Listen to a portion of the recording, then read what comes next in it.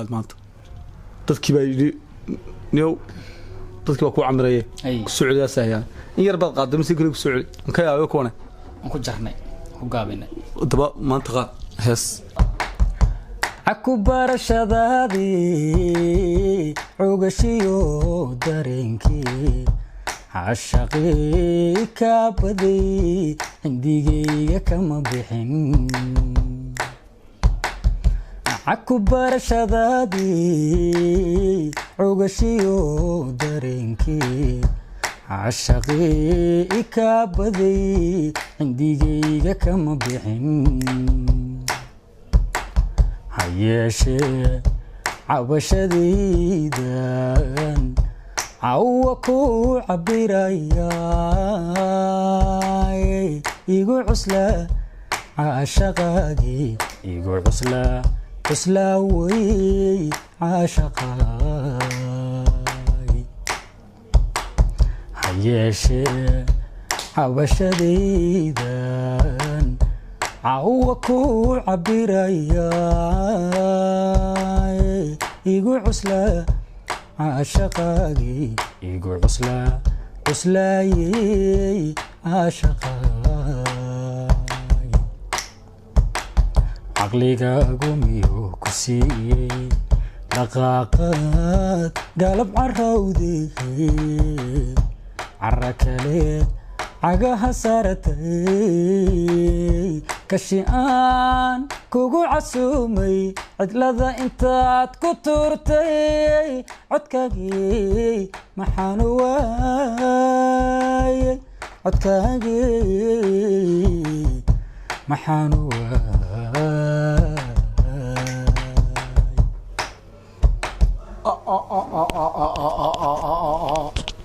أريد أسمع يقامات حشون عيال بعد يقول نقطة وريا هستني قاعد شيء يا قاعد شيء ها هستني يقوم بقاعد يجري هذا قاعد شيء هذا اللي عبش عبش وقام قاعد عبش صوتنا وراك وجستي هس هرو وقتها يا سبي وهسرو أنا قاعدني يا سبي عبد الرحمن عيد عبدي قضي صاحبكي واللي باللي وطلع مصاحبك يا سبي مصاحبك يا سبي هيستا waxa kala socon xagee ka jirtay hawrar hadaan caawa dawlad gareysay way heesta ogaa bari hore dawlad gareystaan bamooday ma ogeyn saaxiib waliba ninkan adduunka ugu jeclaaba heesta leh ka war anuguna waan Allah xumaa inaad ilxaasana wiiga qariyay yeelkadeeda waxaan ku uri hees labaad dadka u qaad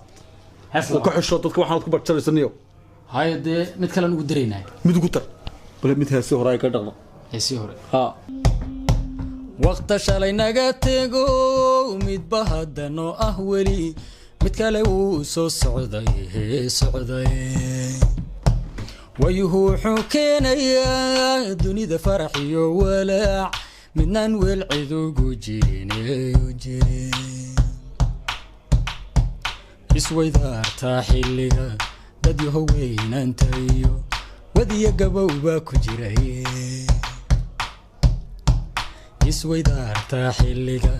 dad yahow weynantayo wadiya gabowba ku jiray sidaasi way aragu wariya sheeka ku jira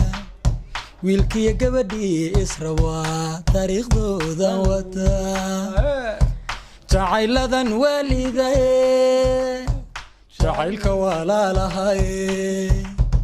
jacaylka waalidkahe labadiisa qaare jacaylkooda ka way hablayahowna wareeriyahe marmadno wanaajisan idinkaana walaaciyaha marmadno wanaajisan